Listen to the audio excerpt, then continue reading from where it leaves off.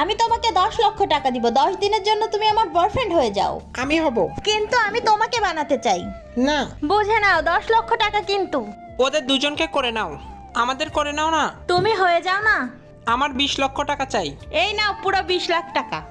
এই নাও, পার্টি করো, যাও। আরে বাহ, এটাও নিয়ে যাও। থ্যাংক ইউ বন্ধু, গেলাম আমরা। চলো এখন কাপড় খোলো। আরে না, এটা কি বলছেন আপনি? আমি বলছি তো, এই কাপড় এটা নোংরা, ভালো কাপড় পরো। আমি ভাবলাম আমার সাথে কিছু করবা। এত বেশি বুঝো না। অ্যানি, কি করতে চাও তুমি?